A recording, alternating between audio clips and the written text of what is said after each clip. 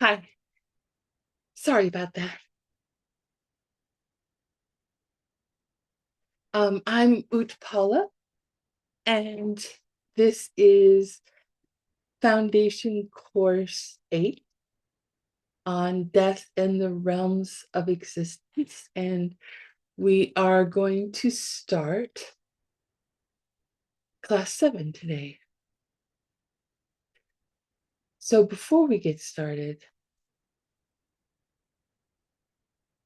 let's take a few moments to uh, settle our minds and be clear on our motivation for being here.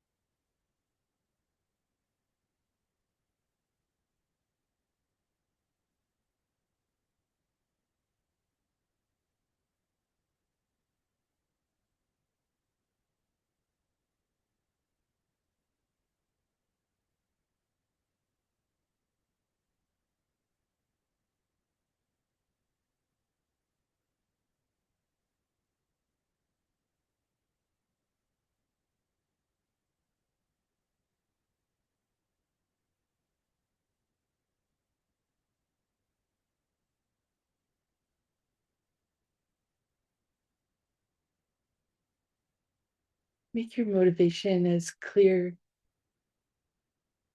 and heartfelt as you can so that we can plant the strongest seeds.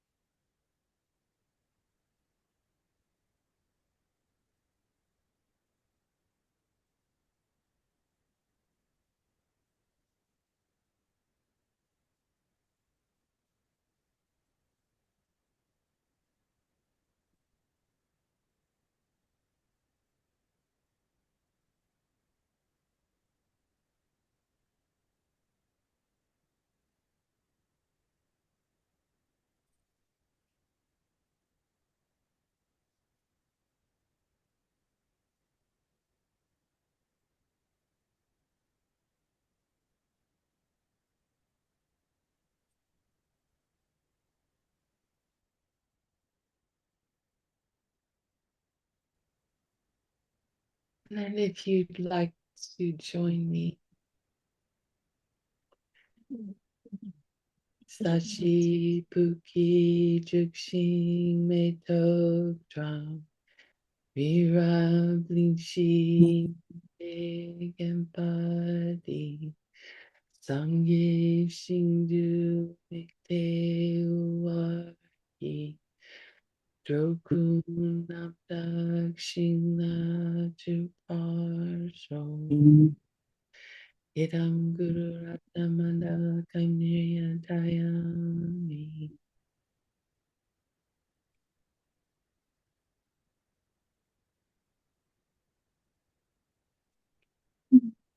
Sangye Chiran Soki Chuknam La Janchu Partu Dakni Kyapsu Chi Daki Chishi Ipe Sunam Ki Jola Pekshir Sangye Drupar So Sangye Chiran Soki Chuknam La Janchu Partu Dakni Kyapsu Chi Daki chushe ki pe sunam ki jola benshir sangye juparsho sangye churan soki chuknam la jangchu pardu dakni kyapsuchi Daki chushe ki pe sunam ki Jola Pinshir Sangye Drupar Sho.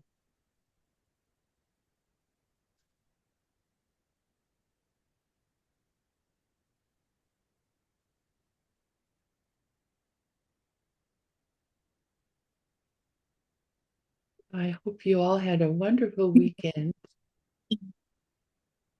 We're well into this week now, aren't we?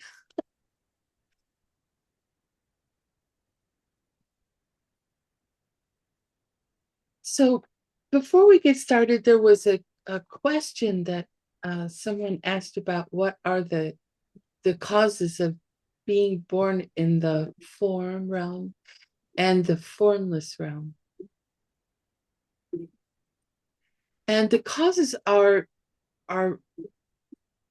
reaching certain deeper levels of meditation and uh, spending a great deal of time in them.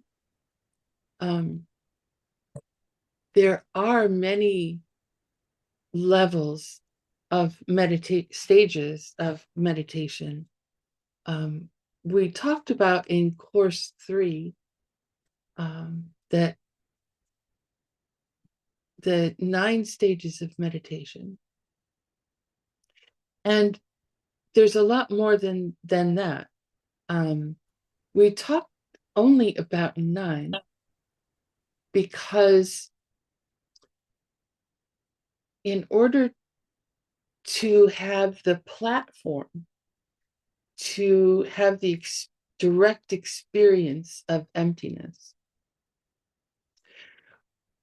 we need to reach the 9th level, which is the preliminary stage of the first level of form realm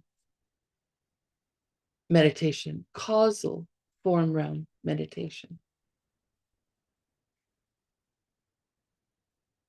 We only need to go that far. So it going to higher stages of meditation, deeper and deeper and deeper stages of meditation, to create causes for the different levels in the form and formless realms.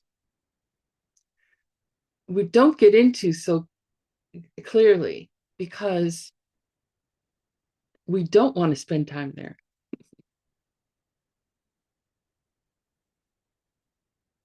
Because we don't want to be born in the form and formless realms.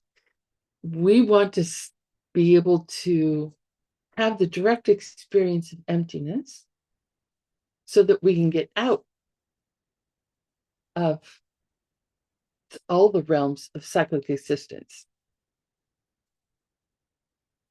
We've already talked about the suffering of the form and formless realms, and all the realms in samsara are suffering, and we want to get out of that, not create the causes for more. And it's particularly dangerous to take birth in the form and formless realms because we're using, it takes an incredible amount of seeds to be born in those higher realms. And while we're there in the higher realms, we're not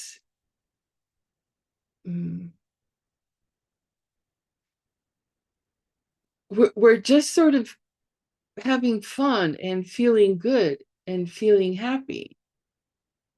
We're not working on our minds. We're not, for example, working to purify negative karmas. We're not serving other people and creating seeds,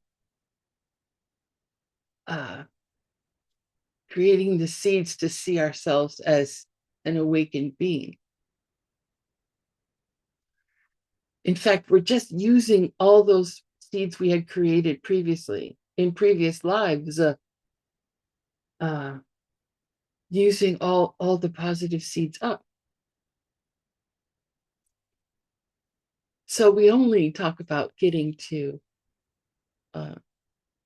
shamatha, getting to single-pointed concentration, where we can combine that very steady platform with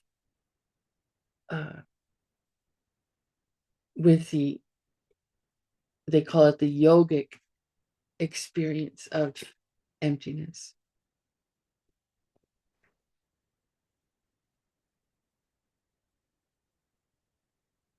That's not to say we shouldn't spend a lot of time in meditation. If we can spend time in meditation on that 8th or 9th level, and as Jason Kappa talks about in his Lamrim Chenmo, we go back and forth at that preliminary stage of the first formless realm meditation, causal formless realm meditation. And we go back and forth between being single-pointed and doing analytical meditation on emptiness, on the fact that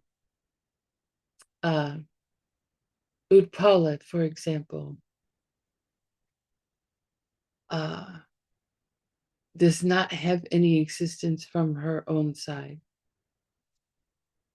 And then staying single-pointed on that and going back and forth. And I would imagine that once one has seen emptiness directly, that you start, because then you're on the path of habituation, then you start bringing up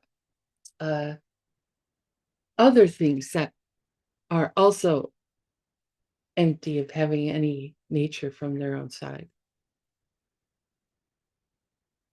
Like other people in your life and so on.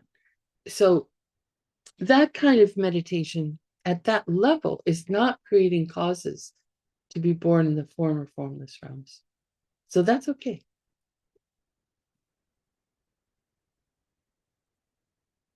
Let's see. Is it similar to overcooked food? The nutrition is diminished. That's an interesting way of thinking about it. Or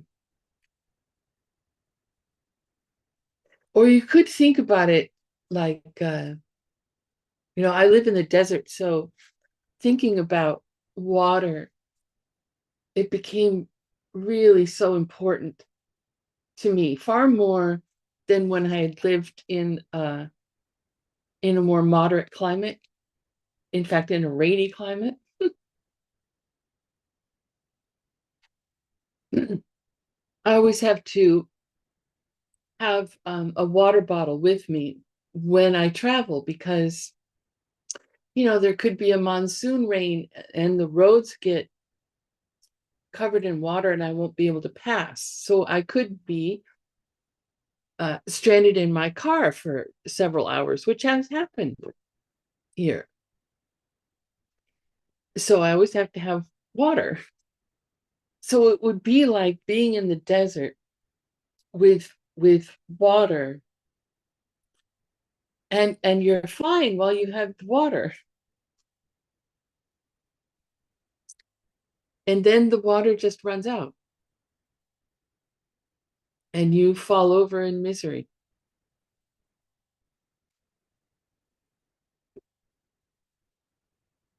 So it's like using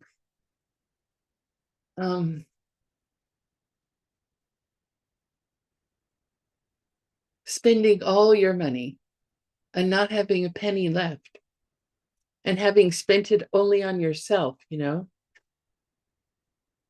never having spent it on anybody else. So it wasn't creating the seeds for future wealth. It was just creating the seeds because you were stingy of being born in, as a craving spirit. Like that.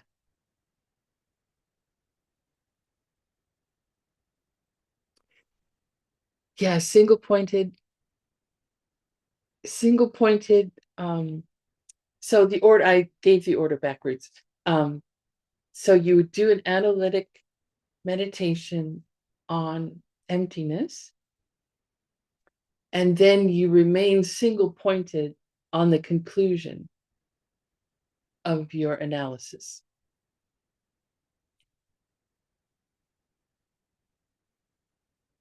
And that's where the power happens, when the mind is unwavering, still, while being very bright and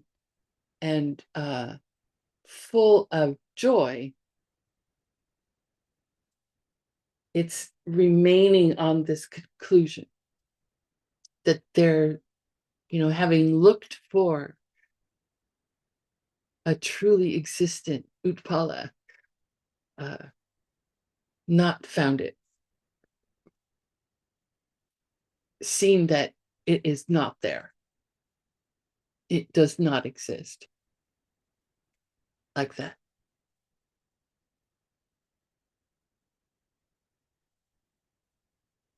Any other questions?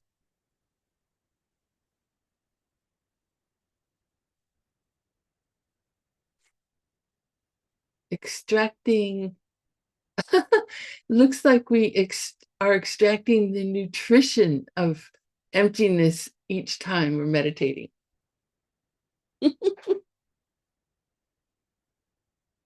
If emptiness were a thing, which is not, it's an absence. But yeah, what we're doing is a positive thing. What we're doing by engaging our mind 100% totally focused on that object is we're feeding our mind, we're feeding our if from the mind only school point of view, we're feeding our foundation consciousness, filling it with seeds of the direct perception of emptiness.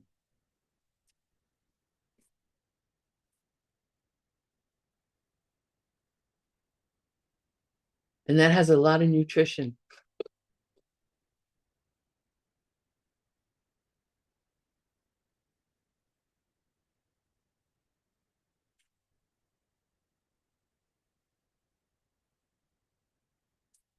If a person keeps accumulating merit during their lifetime, how is one to know they'll be reborn again as a human instead of a demigod or god in the god realm? Right.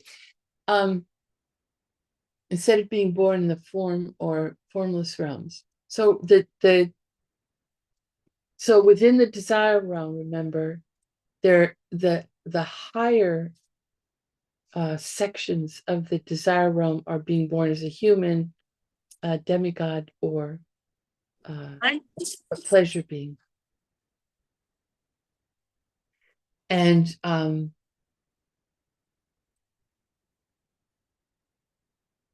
the more preferable type of rebirth is as a human, because then we have everything we need to practice the Dharma.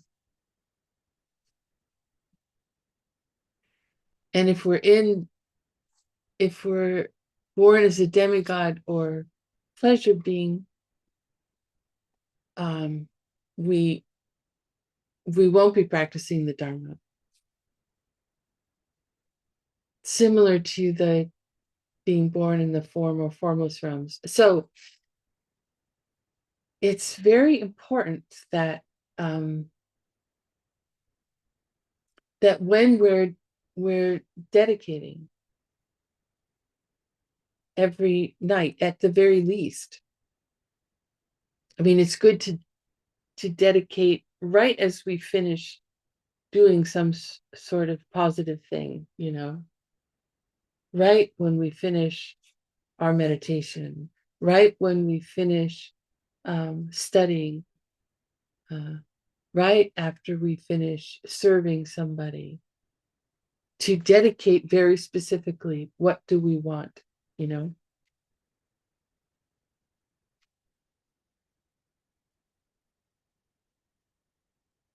Yeah, this worried me when I first heard about these higher realms. I was very concerned about being born there.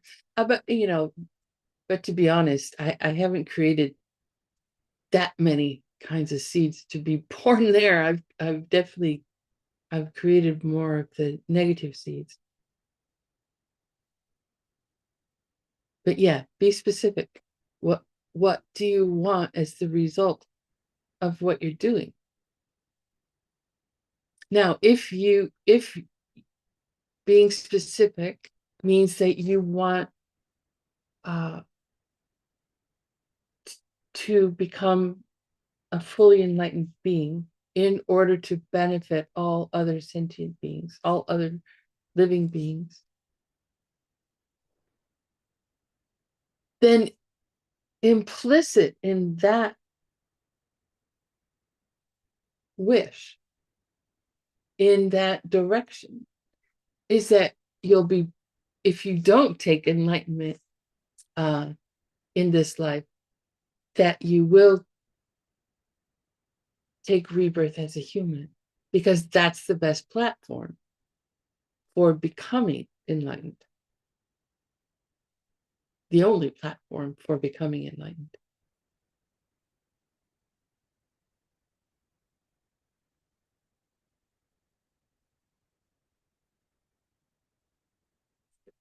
Yeah.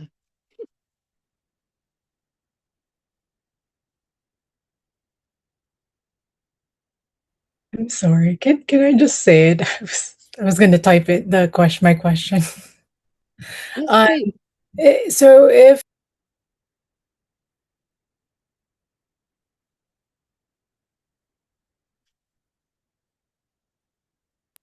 Oh, someone, it suddenly tech team, can you please allow Cherry to speak? Do we have a tech team? okay, thank you. um, so if a person ends up in the, let's say, God realm, demigod realm, and then they finish up all their karma, so they're done, then they die over there. So if they get born again, and if it's in the human realm, is that considered a lower birth or a higher birth? Or is, I don't know, maybe because of my Western trained brain, God is in the highest realm or demigod, and then human neutral? Yeah. Or So, is human the highest of this because that's the realm, the desire realm is the realm where a direct perception of emptiness can be seen. so a couple things I want to clarify.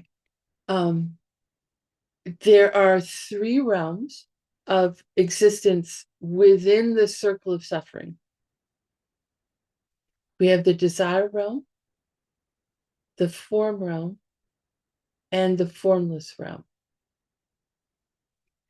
Within the desire realm, there are uh, 5 types of living beings: hell beings, craving spirits, animals, humans, and pleasure beings. Pleasure beings being of two types, generally speaking, you know, the demigods and the gods, as you in your language. So those are all types of beings in the desire realm. There are different types of beings in the form and formless realm. Right? In the form realm, the beings have beautiful bodies and I mean, they may look like humans pretty much, but they're not human.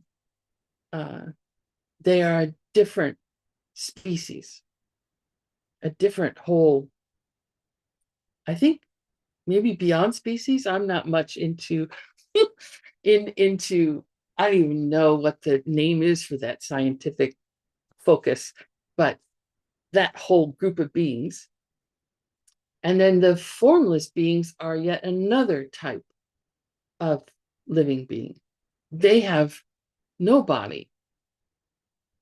They're just very subtle mind. So within the desire realm, uh, it does go in that order of hell, lowest being hell beings, who we're going to talk about today, then craving spirits, then animals, then humans, then the pleasure beings. The bottom three are considered the lower part of the desire realm, the hell beings, craving spirits, and animals. Their suffering is experienced so intensely that they can't focus on anything. They're only focusing on, how do I stay alive? And then the human realm and the pleasure gods are, I said realm, sorry, human beings and pleasure beings are considered the higher part of the desire realm.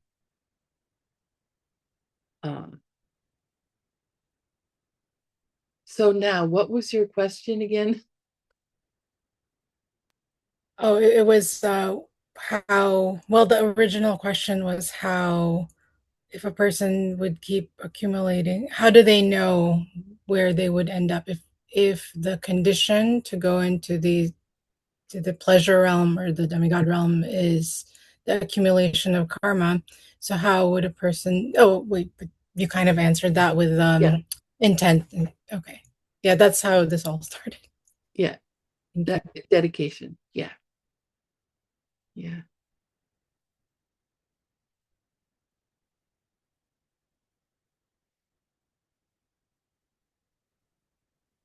yeah. So these are all categories within the desire realm.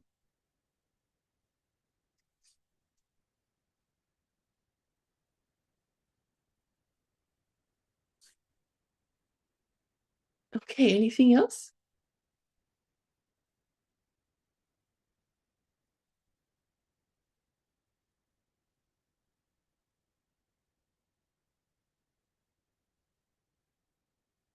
So yeah, when we do our dedication and we do um, our 4 steps practice,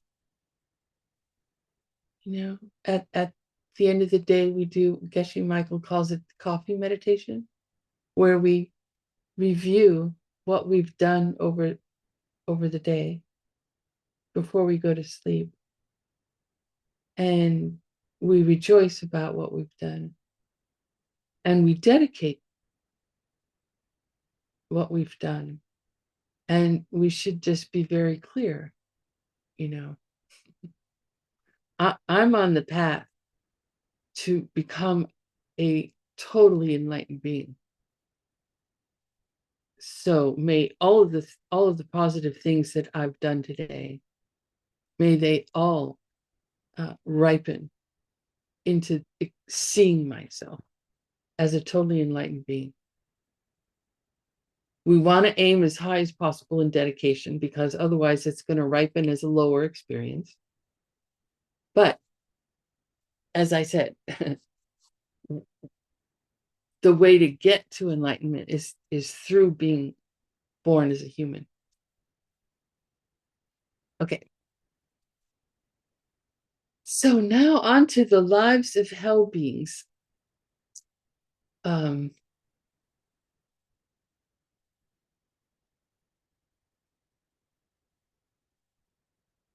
Where did my share button go? There it is.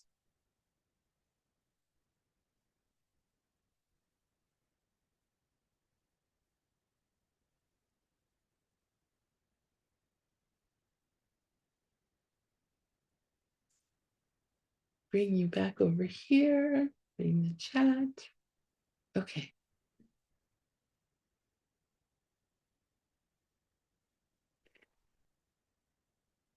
Oh. Oh, yes. Thank you. Okay. Yeah, Bardo beings are another type of being. And they're not considered one of the five, but they are a type of being. Their lives are so short and so different from each other that they're not considered a type of being in the same way that humans and animals are, for example. Because when that karma ripens, that's throwing you into your next rebirth, you take on the appearance of the form you're going to be in when you take rebirth. So for example, if you're going to be reborn as a human, you would look human-ish, right? And we talked about the different ways that Bardo beings can appear, like different colors and different ages and so on. So they're not like considered one type of being, like it's an independent category in the way that animals and humans and the others are.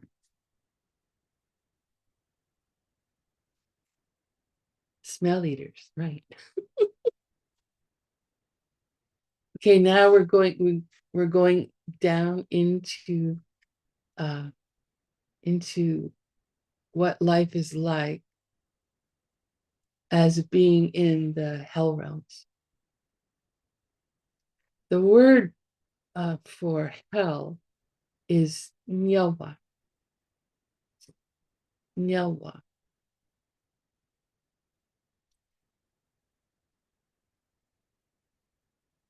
So we're going to go through all of the hells, and then we're going to talk about why they're possible and why it's important for us to study about them, learn about them.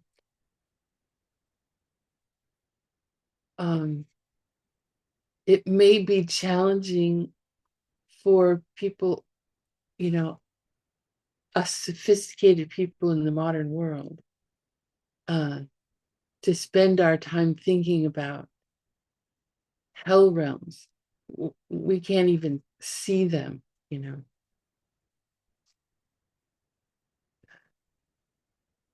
but it is important for us to talk about it.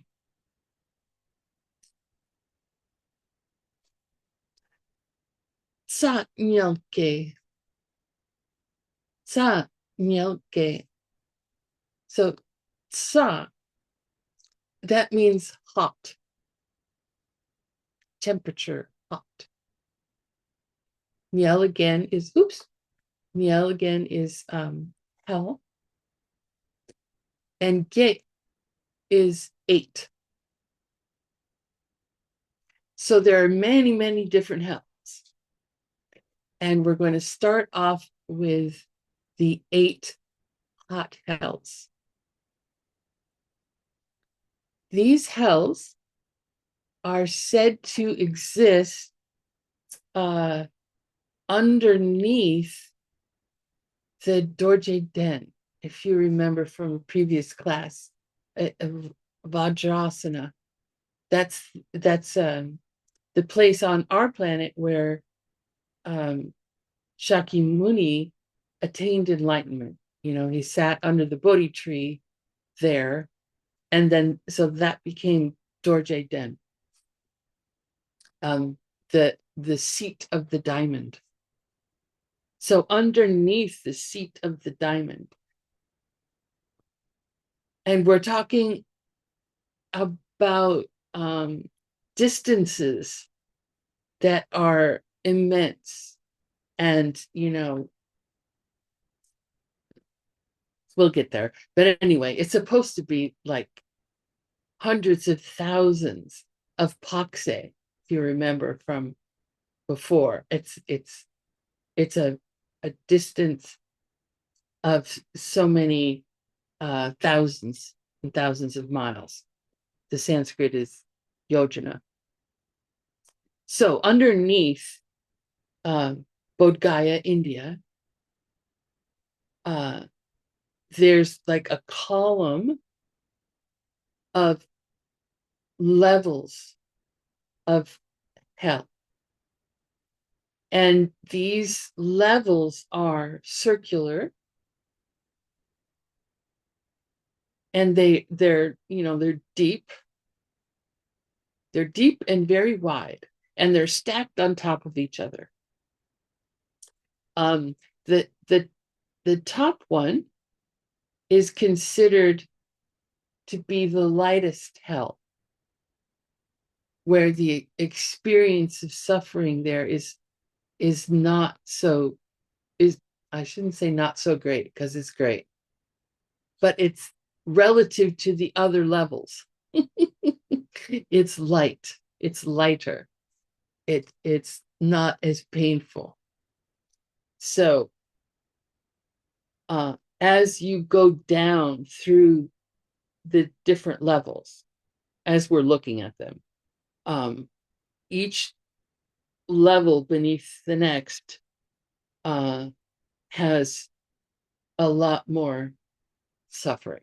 Like the amount of suffering increases by some huge amount.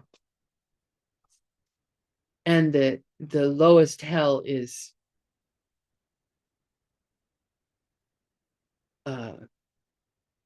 well, it's really, quite frankly, inconceivable how much suffering that is. We're going to start at the highest level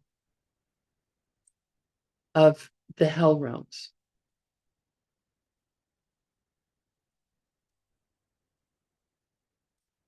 So the first level is called Yang Si. Yang Si. Yang means again. Like yang is again and again. Like over and over. Si comes from the verb so, and we see that in the word sojong, which may be a word that you are familiar with. It's the name for the practice that monastics do every 2 weeks. They do a confession related to their vows, how they have been living their vows, and they confess, or I should say we we confess having broken them, and through the ritual we do every 2 weeks, we restore our vows. Recover, as Mientet says in the chat.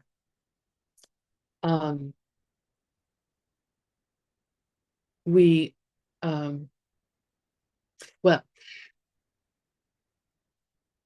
Su, this spelling of Su is just another form of this spelling.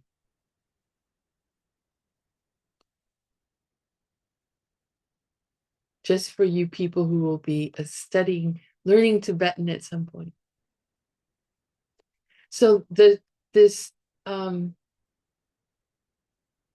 so means to fix something that was broken, to repair something.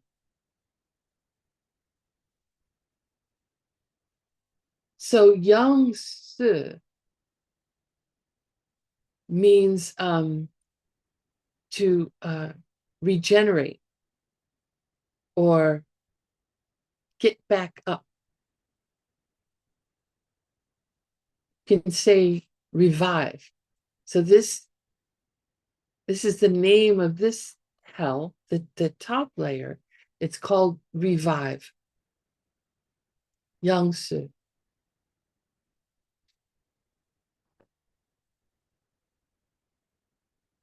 So remember that we've gone through the bardo and we've taken the appearance of our coming rebirth.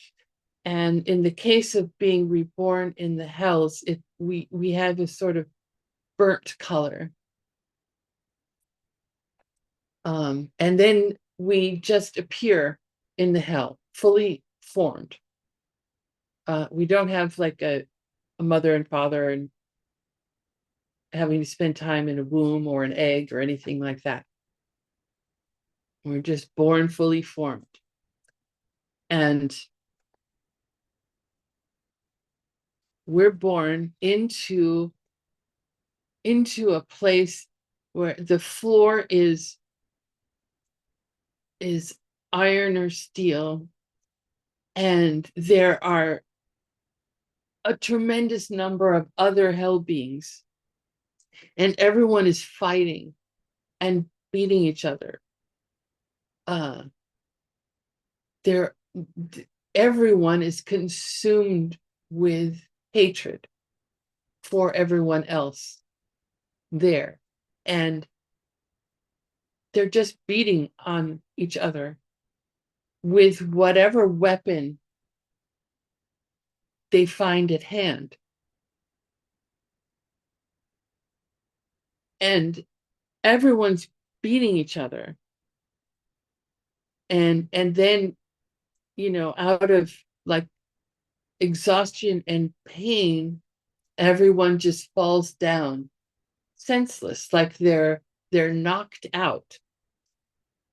They're not dead, but they're knocked out. And then after a short time of that, then a voice from above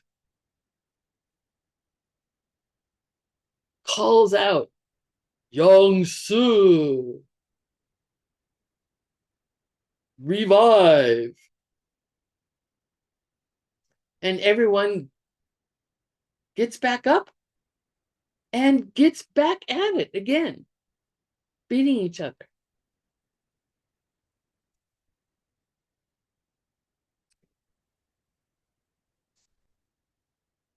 And this happens over and over and over and over and over.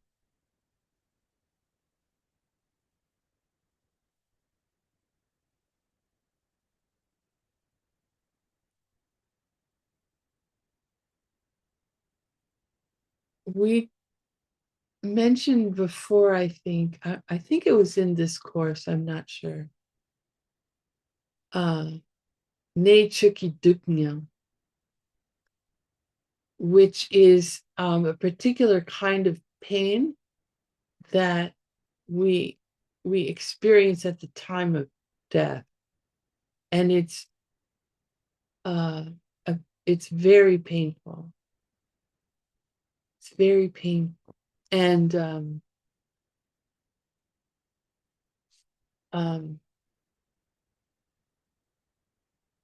actually, the people in Jiangsu do experience this. They do die over and over and over. and they experience this level of pain. This, the pain of death, many times every day.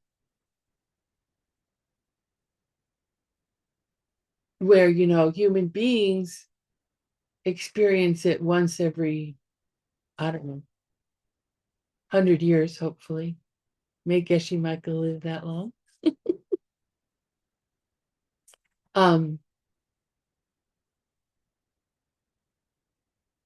So they say, this pain is just so intense.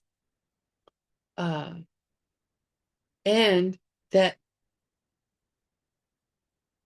it's happening over and over and over and over again.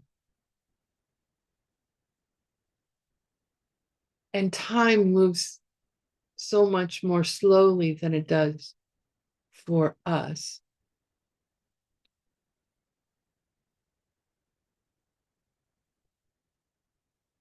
Like a day here in our experience would be years and years in a hell realm. And that, that can make sense, right? Because when we're suffering here as a human, when we have a headache or, well, whatever sort of pain we have, it seems like time has slowed down. It seems like, the day will never end, sort of thing, if you have a headache. So it's like that, but much, much worse. So they say that the pain of one moment for a hell being, one moment of pain for a hell being is greater than all the pain, all the suffering of a human's entire life.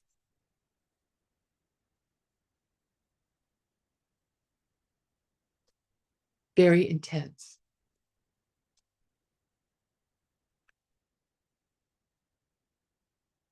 So this, when the cycle finally ends, is when the karma that ripened into that experience, when that karma is finished. So you literally burn up all of your karmic seeds to experience yourself as a hell being.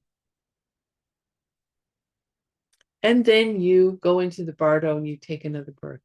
Some other seed ripens and propels you into another birth.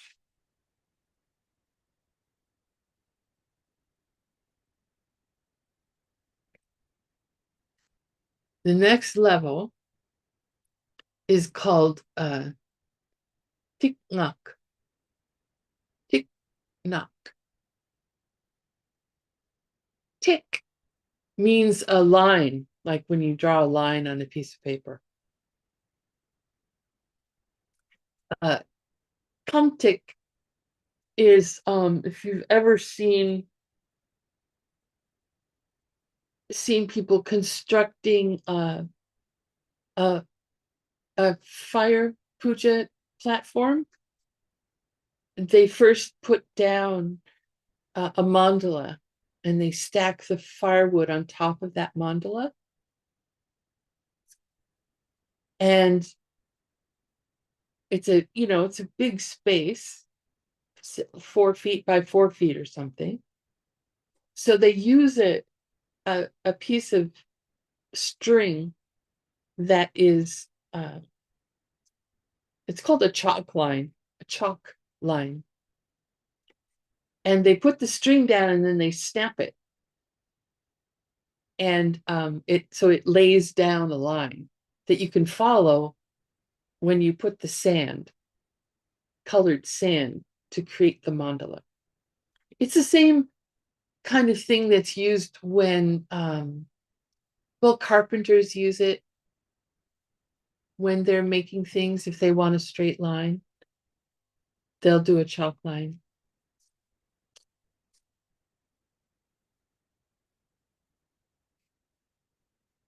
So tick, that's that line. Knock means black. So this is hell is called the lines of black. So we've got somebody in the, oh, good. Oh, people in the waiting room. Yay. So in some of the realms, there are what they call guardians of that hell guards, the people who torture the people in the realm. In Yangtze, there's no hell guard. There's just someone who, yells out, Yangtze, to revive you, but they're not doing anything to you. In Tiknak, there's some pretty nasty hell guards. They're much bigger than the humans. I don't know if anyone has seen the movie The Odyssey. I tried to go see it last week, but I walked out after an hour and a half. I just couldn't take anymore. But there's a scene in the part I did see where the travelers encounter these beings who are like, I don't know, 100, 150 feet tall. So these hell guards are like that. And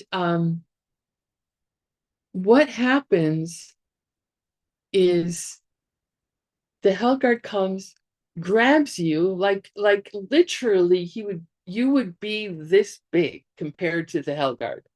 So the hell guard like picks you up like you're a little doll, throws you on the ground, which remember is hot steel, and then draws these lines on you.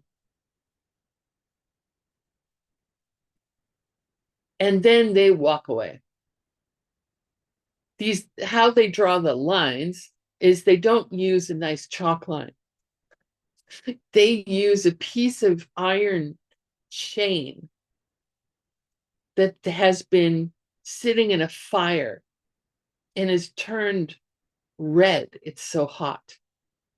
And they take that chain and they use that to draw lines on your body. And the line, it is black because your body's been burnt by this chain. So then they put down the chain, and then the next hell guard comes, and uses it, some sort of a weapon, a hatchet or an axe or a chainsaw, and starts cutting along those lines. So your body gets cut up. I have a picture. So excuse this here. This may be familiar. These are graphics used by butchers.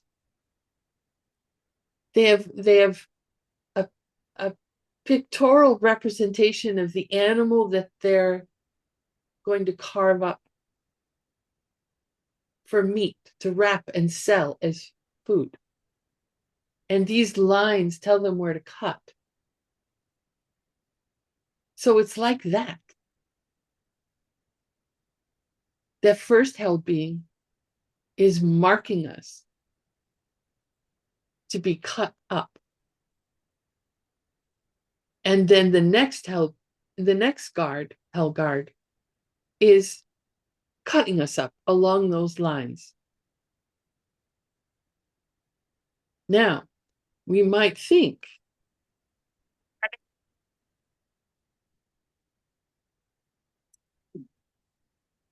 oh, sorry, I'm trying to make my pointer bigger.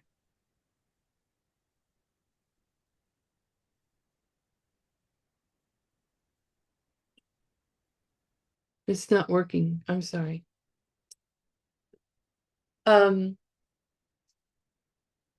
So now you might think that, oh, okay, once you're cut up, no big deal.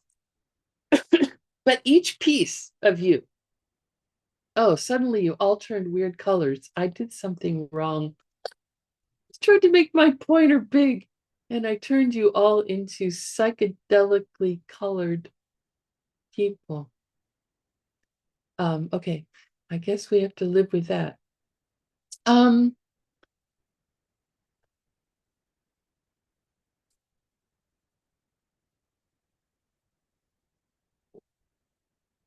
all those pieces, they're tossed about.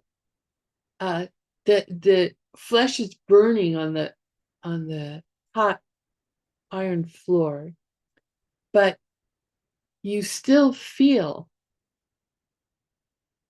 you still have the sensation of being burned. It's not like you've died.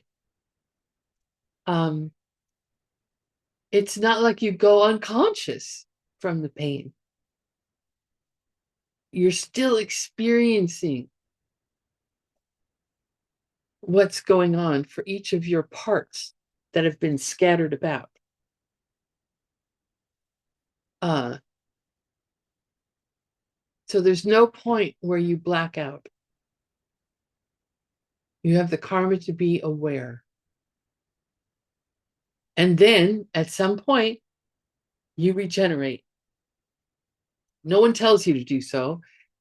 You just do. And uh, and it happens again. And this happens over and over and over. Geshe Michael talked about it, Yen Tatmenson's butchery seeds. And Geshe Michael found in scriptures, he did some research, he found that one of the specific causes was whipping people, like whipping with a like with the rope. Sometimes, they have rope with sharp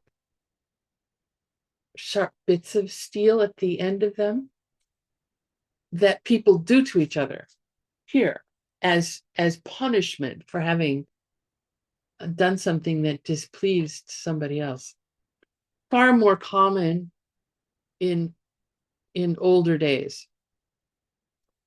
But I think some parents still whip their children when they misbehave. Very unfortunate.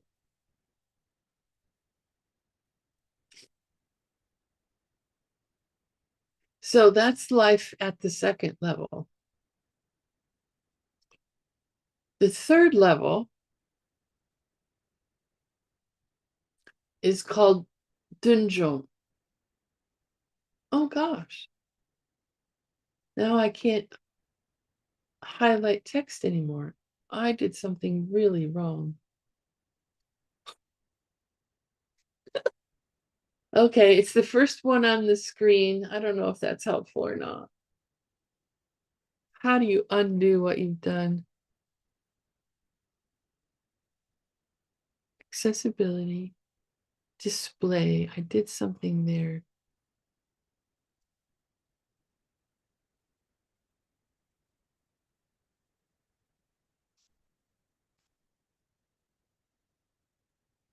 Oh, you can see underlined text. It's just me who can't. Okay.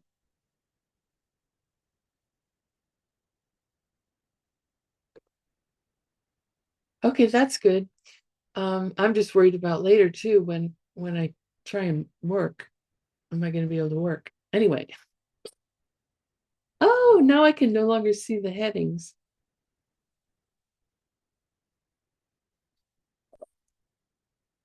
Something's seriously wrong with my computer now. I'm sorry. So the next hell is called Dunjom. And this means de means to collect or to gather together. And Jom uh, is a form of the word chom, which is in the word drachoma, which is the word for an arhat, one uh, who has reached nirvana, who has gone beyond grief. And the chom in the name drachoma means they've destroyed. They've destroyed all their negativities. So this hell is called gather and smash. Gather and smash. So in this hell, uh, uh, you're born there, and there are a bunch of hell guards running around, and they're, like a sheepdog with a herd of sheep. They're herding, they're herding all the other hell beings into this canyon between two mountains. So they force everyone into that canyon, and then the two sides of the canyon close and smash everybody. And then the mountain walls separate, the canyon reappears, your body regenerates. I assume you try and run away again, but the guards herd you back into the canyon and you get smashed. And that happens over and over and over. And Geshe Michael said that particular karma that creates this kind of experience is killing. And that the mountains sides that come together and smash you, they take the form of animals. So the animal that appears in the mountain is like the kind of being that you killed, that created you being there. So if you see, if you used to kill cows, then you'll see cows' heads. If you used to kill humans, then you'll see human heads, like that. Which type of beings are hell beings? They're hell beings. Um,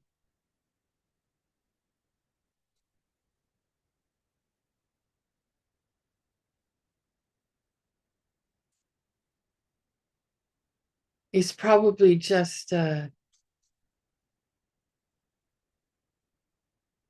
don't know. They've also planted the seeds to be in charge, to boss people around. I don't know, but it's not a pleasant experience to be a hell guard.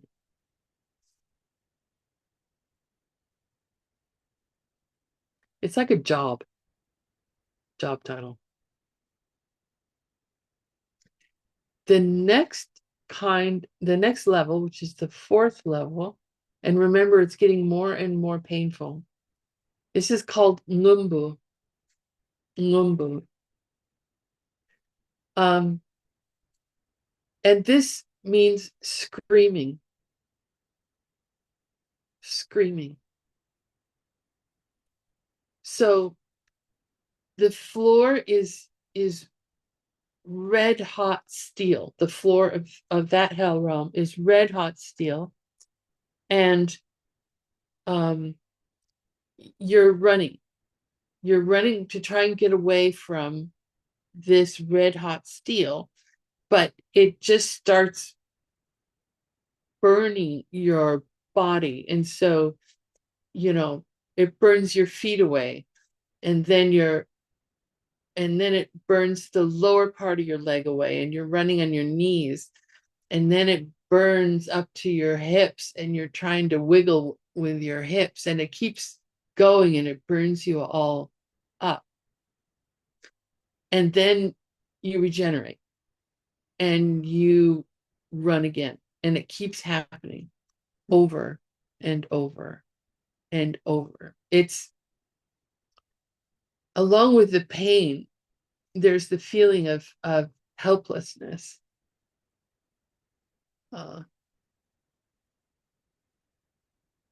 No matter where you go, you're suffering horribly.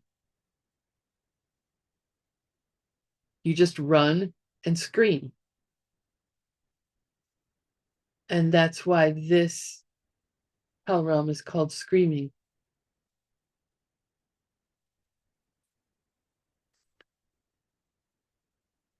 The next level, the fifth level, is called Lubochenpo. Chempo means great. So this is great screaming. So it's just like the fourth level, screaming. It's just double in intensity of pain. Everything hurts more. So that's level 5. The 6th level is called Sawa. Sawa, we talked about earlier. That means heat. It was hot. All those 8 levels are called the hot hells. Well, this particular hell is called heat. And what happens here is that you're born, and a hell guard comes and forces you into a very small hut that's made of steel.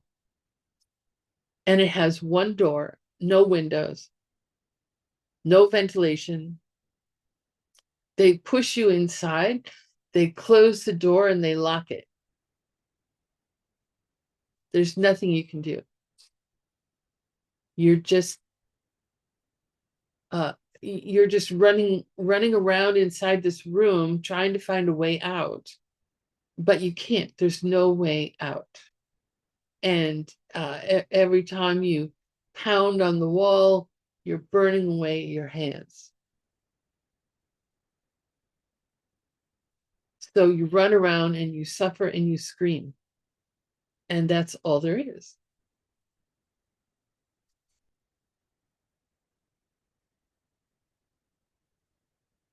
The 7th hell is called Raptusawa.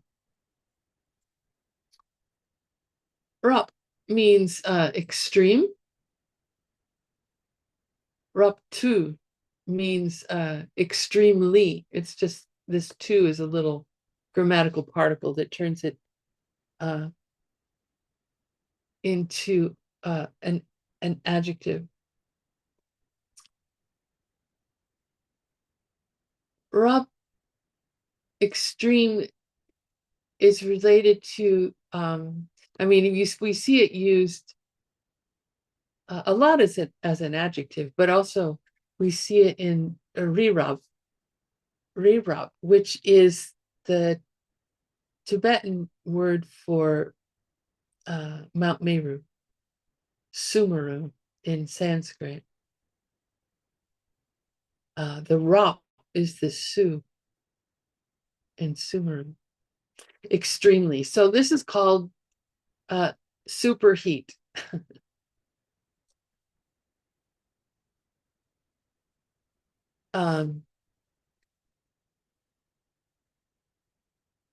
Here, this time in this hell, you're born, and the guards put you into a hut, close and lock the door. Again, no windows. But this time there are 2 rooms inside the hut. And so you're just running back and forth between the rooms, trying to get some relief from, this burning hot hut that you're stuck in. You're running around back and forth, trying to find an escape, but there is none.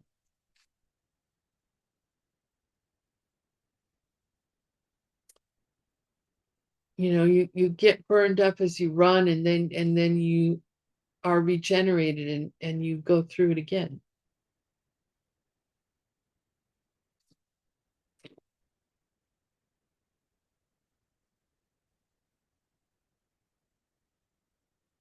The 8th level of hell, the one that we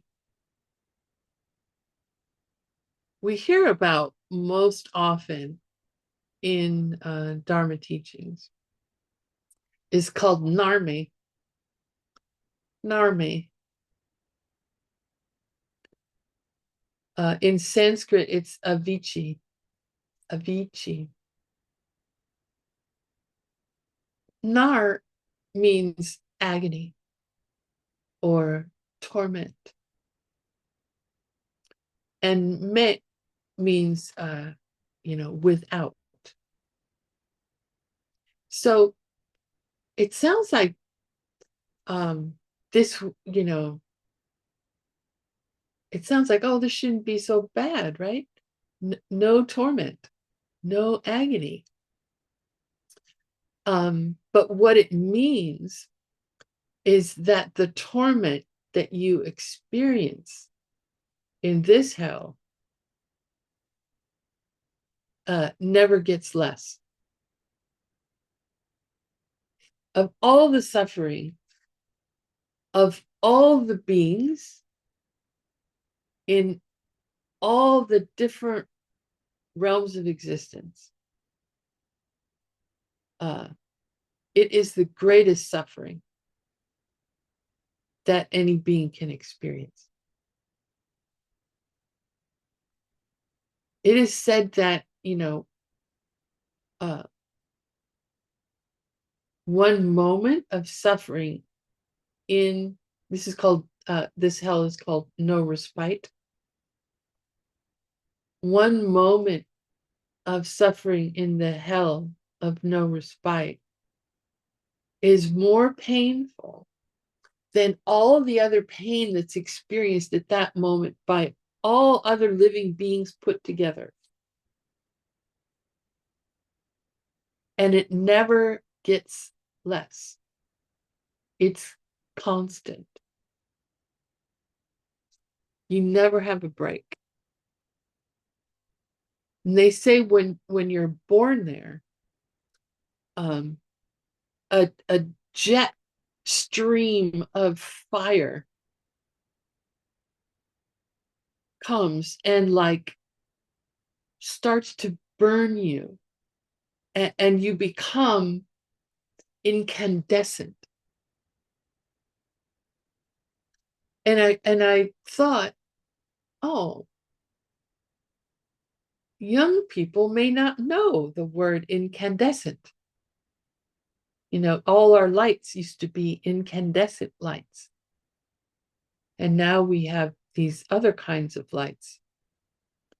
So this is like the filament here in this light bulb, in this incandescent light bulb. This filament, which is just a piece of very thin metal gets heated up by electricity and glows. And so you're that. You may have the shape of some sort of living creature. And you really don't have much of a vocal cord anymore. So you're just sort of moaning. "Ugh." And you look like this filament. You're just fire.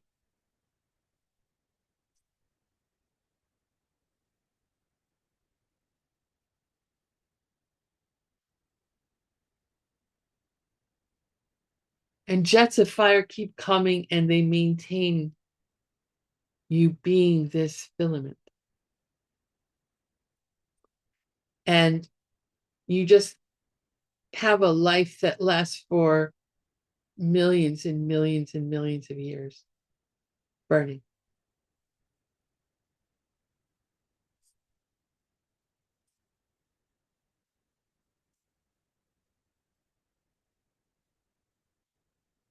Okay, those are the 8 hell realms. Next are the Drangyalge. Drangyalge. Drang means cold. And Nyalge are 8 hells. So these are the 8 cold hells. And we're not going to go through each one of them name by name like we did for the hot hells. But they're also located, they're sort of like underneath the mountains, the highest mountains on our planet.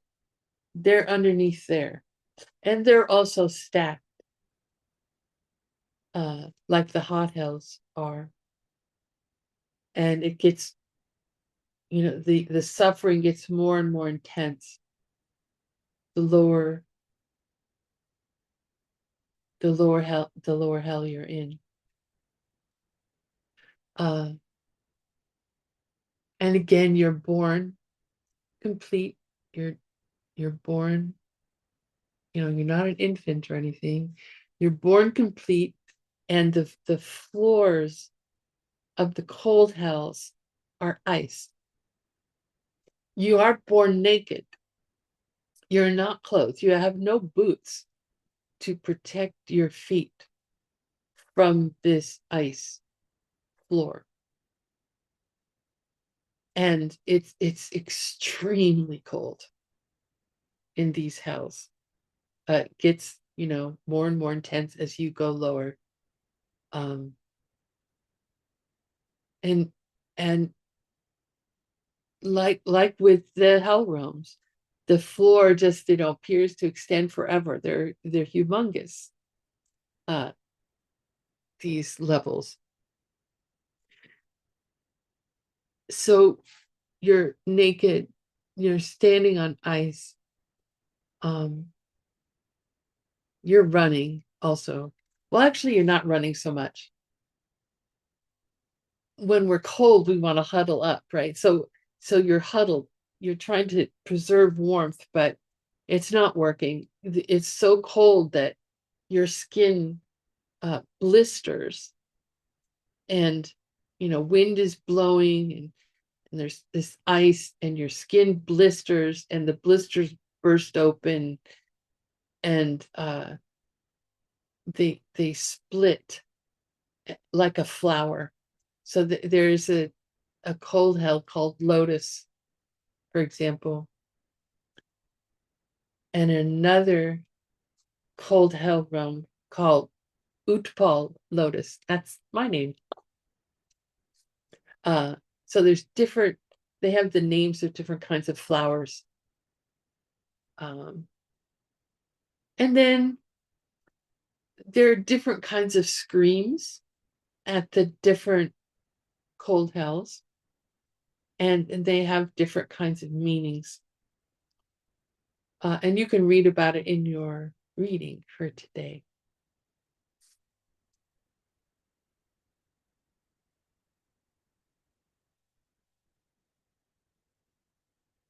Good idea. Let's all take a drink.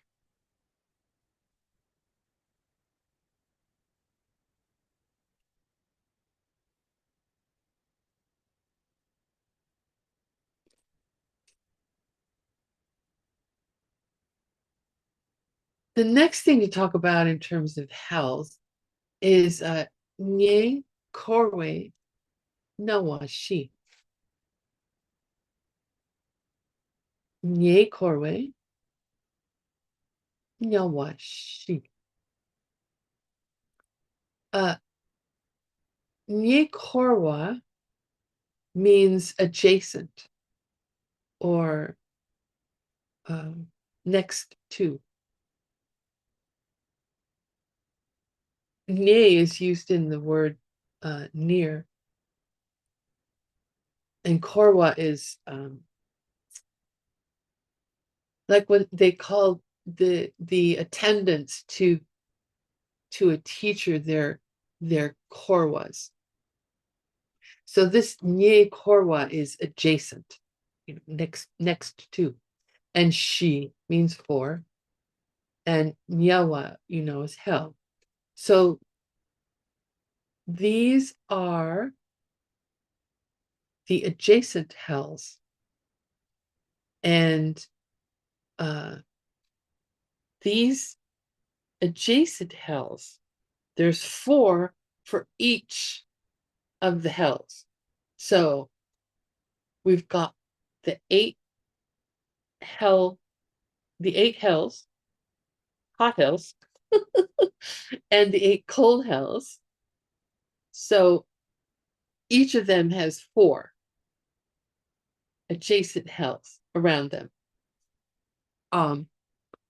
So each hell, even though they're circular, there's like, we'll just say the directions, north, south, east, and west, that there's a door at the edge,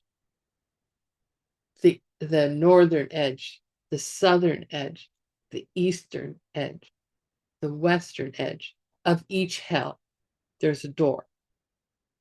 And that door leads to one of the adjacent hells.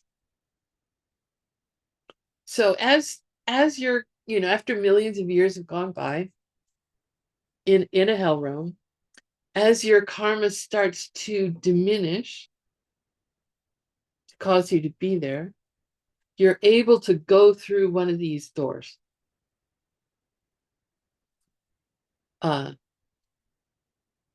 You're still a hellbee, but you've worn off some of your negative karma. And there are 4 different zones, these adjacent hells. It's like some kind of progression that you go through to use up the last of the karmas that caused you to be reborn there. In the first zone, you are in a big trench filled with hot embers, burning embers. You have 2 choices. You can stay in the whatever hell you were in, or you can go into the adjacent hell, into the trench with burning embers. So you spent millions of years in the hell and you've had about enough of that. So you figure, what the heck? I'll give the trench of burning embers a go. And you do there, and of course it starts burning away at your body, and your leg starts melting, and you're trying to run across the trench, and every time you raise your foot, your skin comes back, the foot comes back. And every time you put it down, it burns away. So you're walking and you're experiencing the pain of this being, burned away while the other foot is coming back.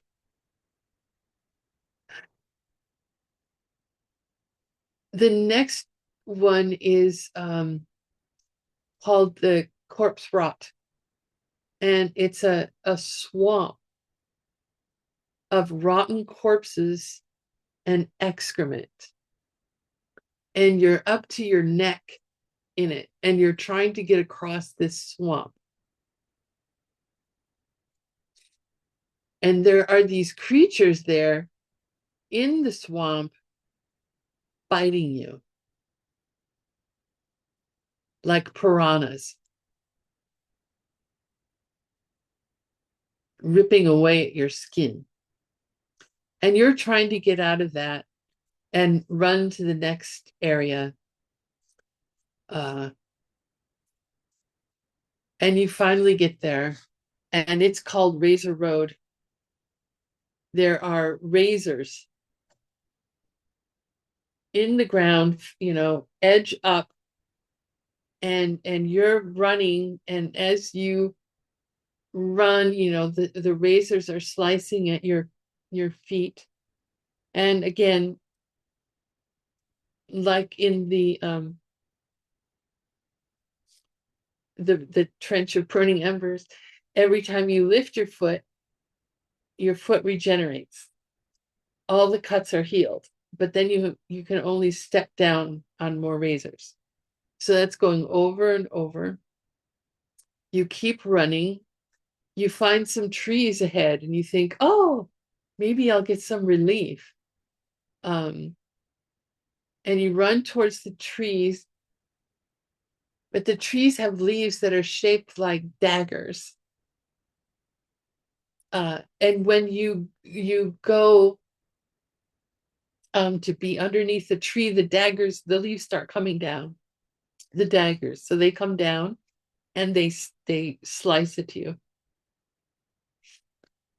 And then the dogs start coming, these very fierce dogs, huge wild animals, and they're running towards you. And the only thing you can do is climb the tree.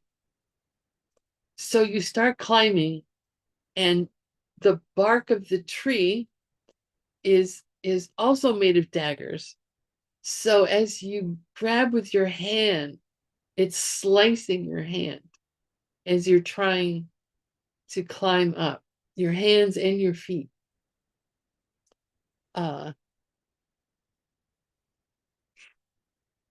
You get to the top of the tree and you think you're safe, but then some crows come, and these crows have daggers as beaks, and they start pecking away at your eyes.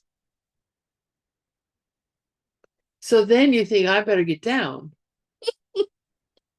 And as you start to go down the tree, the daggers flip around and face up towards you.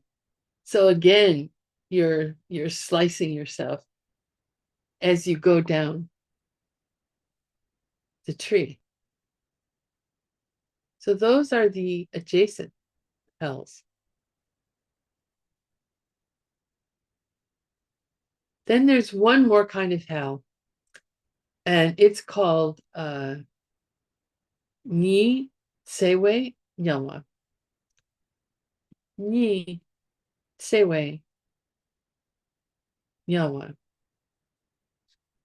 And this means partial. Ni Sewa means partial in the sense of a tiny part of something.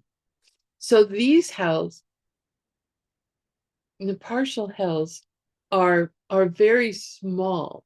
They're not filled with, hundreds of millions and billions of other hell beings. It's just you and maybe a couple other people. And it's a very personal hell. Uh, it's the expression of a karma that you share with, one or two other people. Let's say that you were, I don't know, let's say you were a a bank robber and you had a partner in your in your thieving ways, and when you together would go and rob a bank, and you would kill all the people inside and then run away, and you did that with this other person over and over and over. So I'm just making that up. I don't know that's it. Sounds like it could be the cause for being born in a partial hell with this one other person that you did really negative things with. And the experience of being in a partial hell is the experience of having something something tragic happen to you, and you're all alone, and there's no one around who can come and help you, but you have I don't know, it's like you have the hope that someone will come, but no one ever does. Like, if like a similar experience for a human would be something like you're in a plane with a few people and the plane crashes, and there are some of you still alive, but it crashes in a very remote area, and no one knows where you are, and they never find you, and you just run out of food, and the environment is very difficult. So that's kind of like what it would be in a partial hell.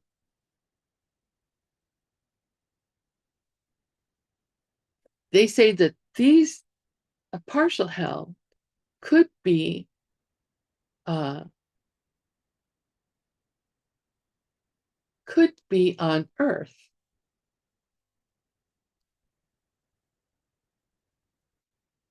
You're still a hell being. You're not a human being. But it could happen on Earth. So those are the different hells.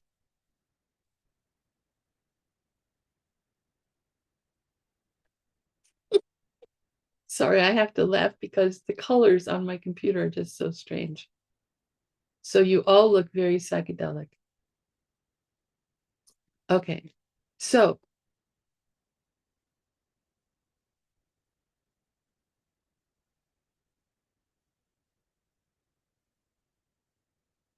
the point of having this course and this class about the hells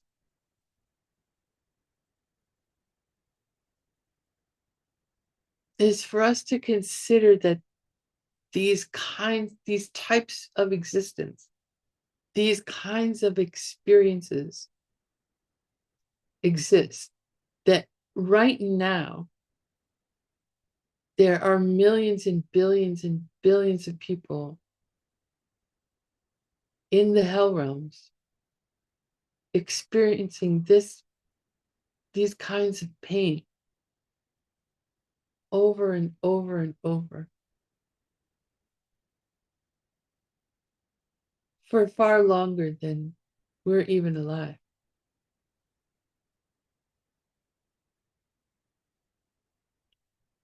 And the reason to talk about it is so that we can avoid creating the karma that will force us to take rebirth there.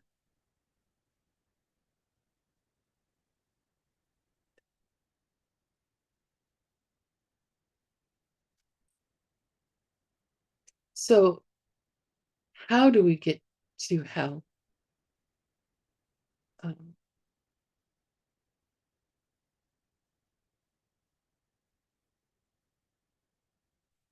it's not like there's Master Shanti Davis says it's not like there's a construction company that built the hell realms.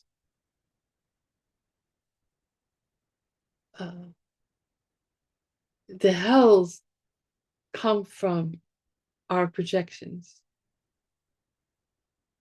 We're forced to experience them based on seeds ripening from what we've done in the past to other people. And our projections, as we talked about before, we're having 64 moments of mind in every finger snap. It only takes 3 movements of mind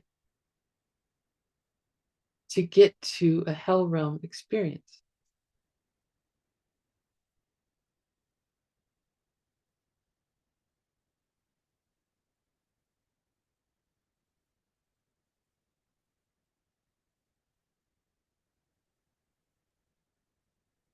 So the hells are our projection. The hells have no nature of coming from their side.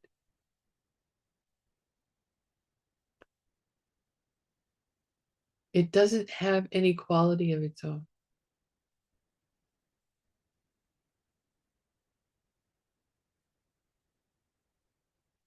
It's just a shift in our projection.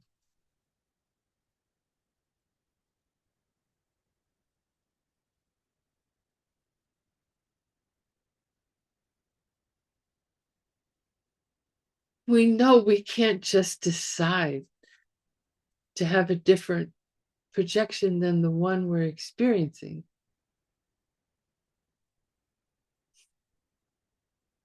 Unless we're a very highly realized being.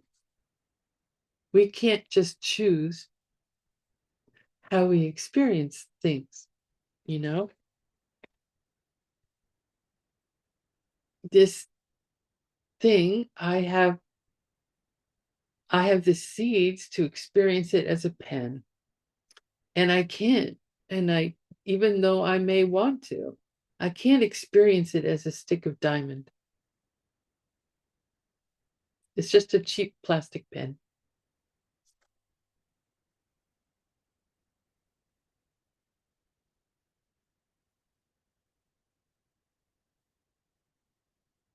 So why we experience what we experience is due to how we treated others in the past. So as we've talked about before, doing the 10 negative actions in a very heavy way leads to rebirth in the hells. So how we can avoid being born in the hells is to keep whatever vows we have and keep them well.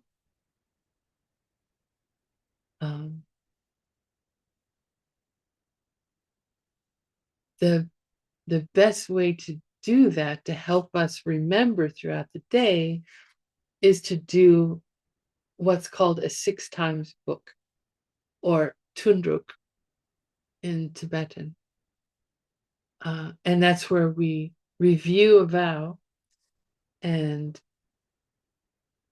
check our mind, how in this in this moment that I'm in, how am I keeping this vow? And we think about the ways we've kept it. We think about the ways we have damaged it.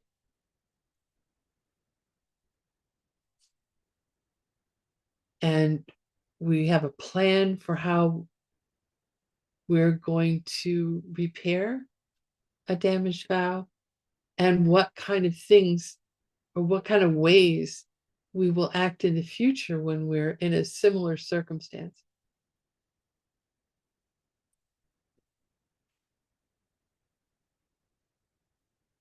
We need to know our vows very well. The vows that we have, we should know them very well. And we should be thinking about them throughout the day. And by remembering them, keeping our behavior in a way that plants positive seeds and not negative seeds. You know, the hells don't exist out there somewhere. The hells are our experience, ripening as that.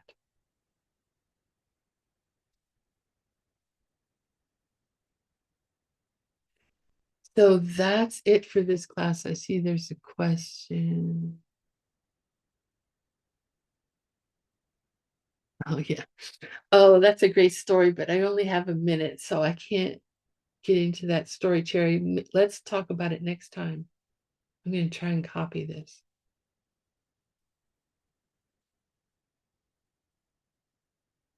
It's one of my favorite stories. So, let's just quickly bring to mind all of the seeds that we've planted by being in this class, by serving the people in this class, by listening to these teachings.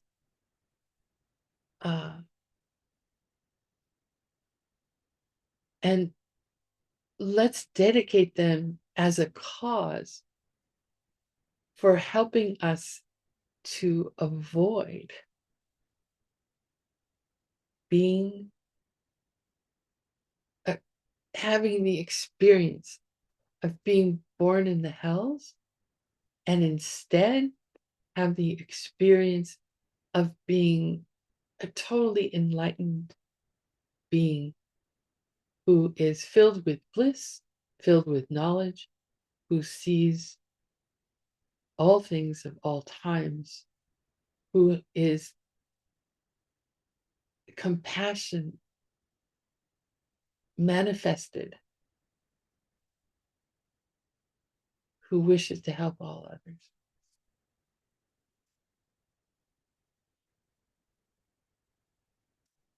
Thank you so much. And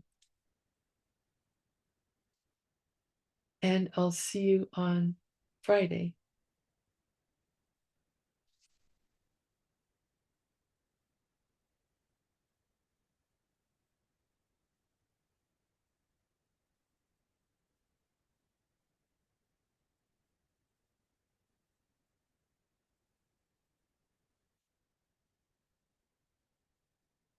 Have a great couple days.